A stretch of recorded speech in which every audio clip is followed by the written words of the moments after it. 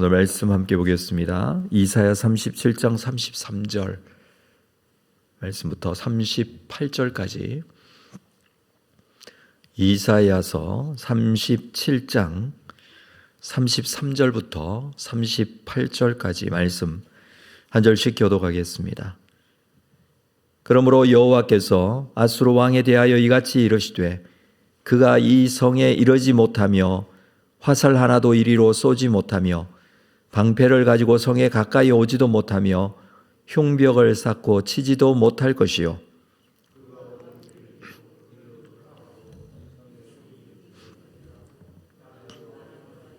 대저 내가 나를 위하여 내 종 다윗을 위하여 이 성을 보호하며 구원하리라 하셨나이다 하니라.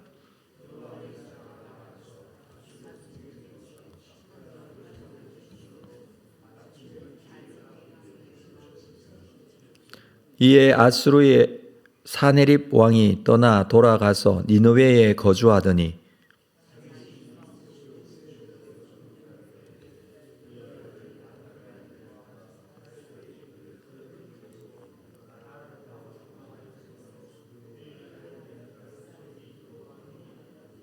아멘.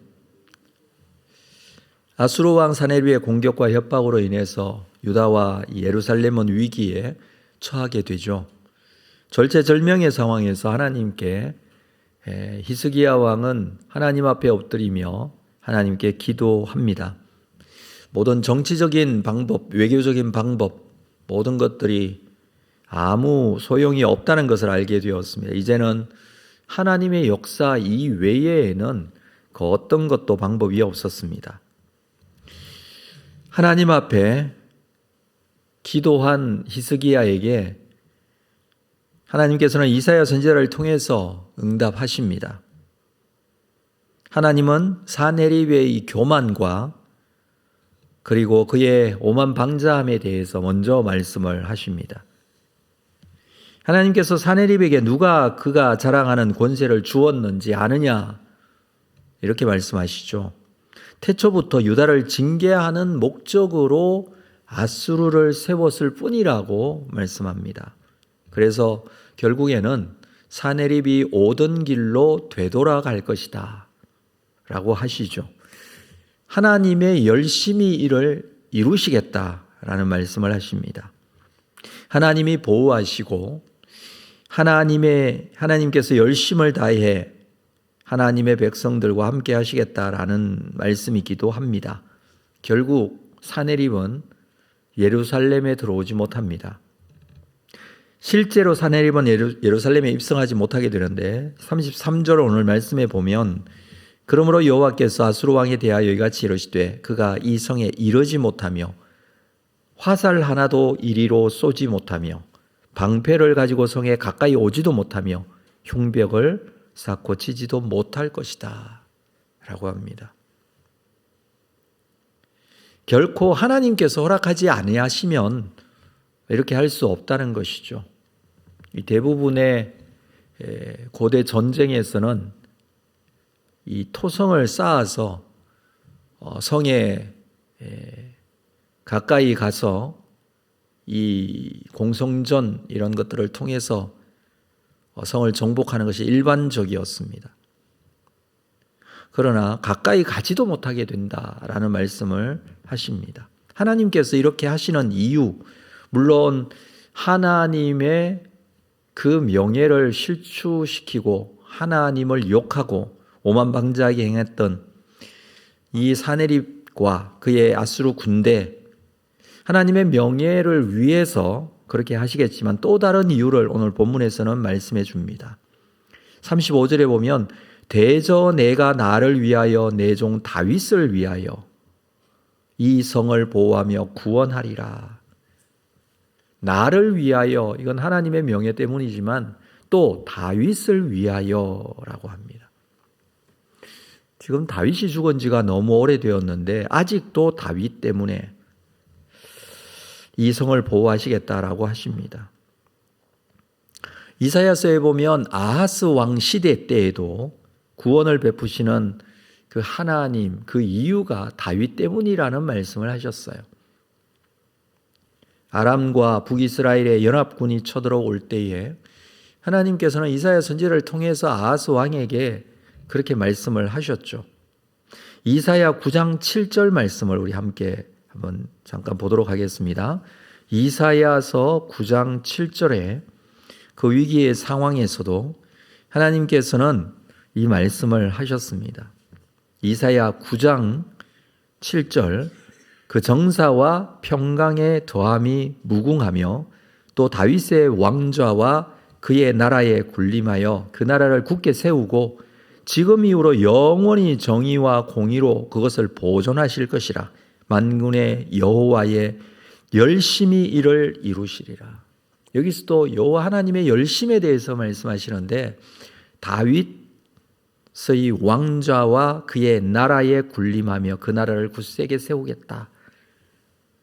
그리고 그 나라를 영원토록 세우겠다라는 이 말씀을 약속을 하셨습니다. 하나님께서는 다윗과 약속하신 것이 있습니다.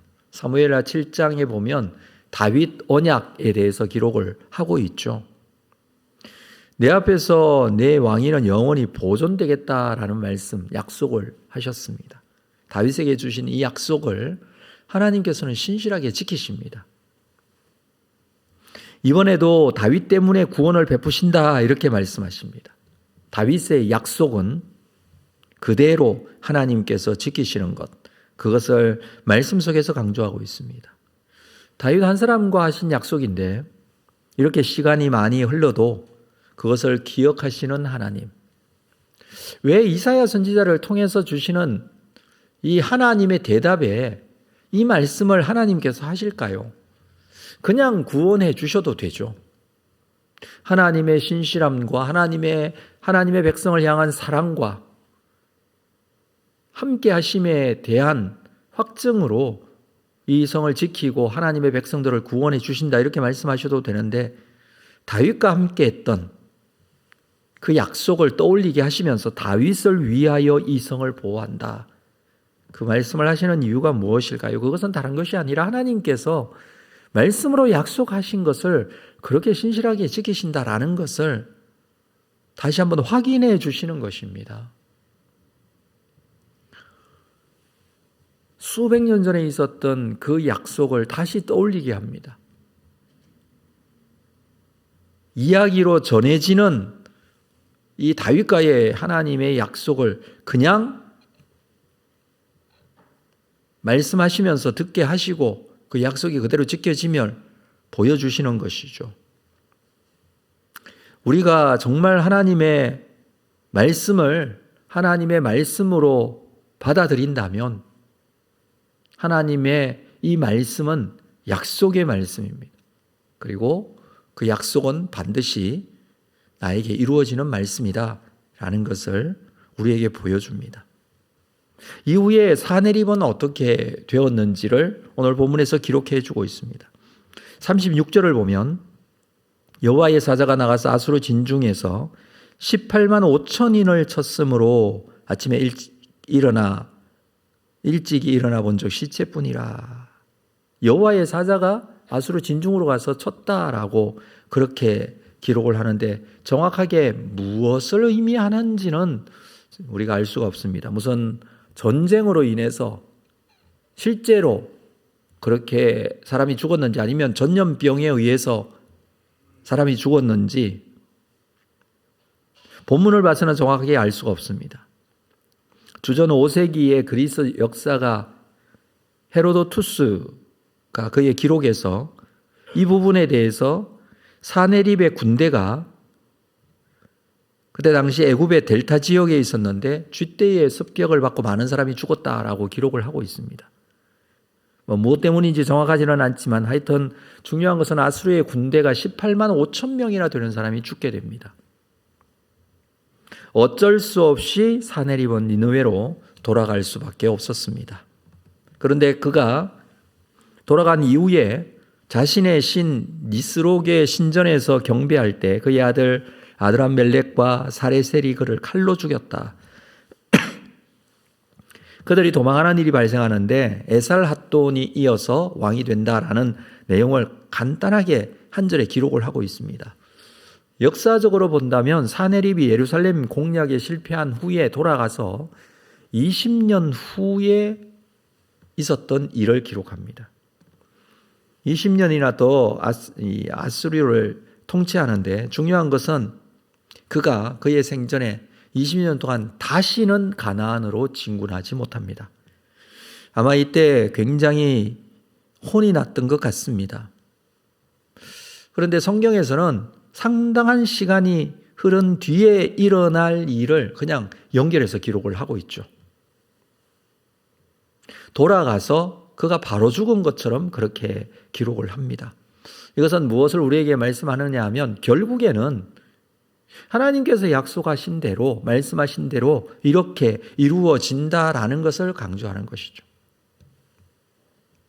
사내립의 종말에 대해서는 간단하게 기록하고 지나갑니다. 이게 한 절에 기록하고 지나가죠. 특별할 게 없다는 것입니다. 하나님의 약속과 말씀대로 이루어지는 것이 중요하기 때문입니다. 그리고 그것은 너무나 당연한 결과를 낳게 된다는 것을 말씀합니다. 사내립은 하나님을 모독했습니다. 하나님을 모독하고 망언한 이 사내립은 세상 어디를 가도 안전하지 않다라는 것을 설명합니다. 사내립은 자신이 섬기는 신의 신전에서 예배하고 있을 때 죽임을 당합니다. 사내립도 자기가 섬기는 신이 있었죠. 그 신은 자신의 신전에서조차 사내립을 하나님의 손으로부터 구원해내지 못합니다. 이것이 바로 여호와 하나님과 다른 신들의 차이점이죠. 하나님은 실제로 살아계시고 하나님은 말씀하신 대로 그 약속을 그대로 이루시는 분이십니다. 하나님이 이외의 다른 신은 우상에 불과합니다.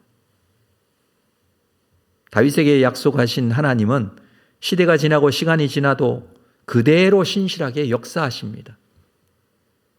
약속하신 그 말씀대로 이루시는 분이십니다. 우리는 신실하신 하나님을 믿고 있습니다. 약속하신 말씀을 그대로 이루실 줄로 믿고 있습니다. 우리가 붙드는 것은 세상의 어떤 역사의 반복도 아닙니다. 우리가 붙드는 것은 이 세상 사람들이 생각하고 있는 세상의 법칙도 아닙니다. 우리가 붙드는 것은 하나님의 약속의 말씀입니다. 오늘도 우리에게 주신 신실하신 하나님의 약속, 그 말씀이 이루어진다는 이 약속의 말씀, 그것이 우리의 가슴 속에 다시 한번 믿어지고 확신되어지고 약속의 말씀들을 붙들고 믿음으로 승리하는 여러분들 다 될 수 있기를 주의 이름으로 축복합니다. 기도하겠습니다. 하나님 아버지, 오늘도 약속의 신실하신 하나님 말씀 속에서 우리가 확인하고 하나님 앞에 약속하신 말씀을 붙들고 엎드립니다. 하나님, 신실하신 하나님을 그 약속하신 대로 이루시는 하나님을 우리가 다시 한번 믿게 하시고 하나님 앞에 붙들림 바 되어 하나님의 말씀대로 순종하며 그 뜻대로 나아가는 귀한 삶이 되기를 원합니다. 귀한 하루 우리에게 허락하심을 감사합니다. 오늘도 약속의 말씀을 내 가슴 속에 담고 믿음으로 승리하는 귀한 하루가 될 수 있도록 인도하여 주옵소서. 예수님의 이름으로 기도합니다. 아멘.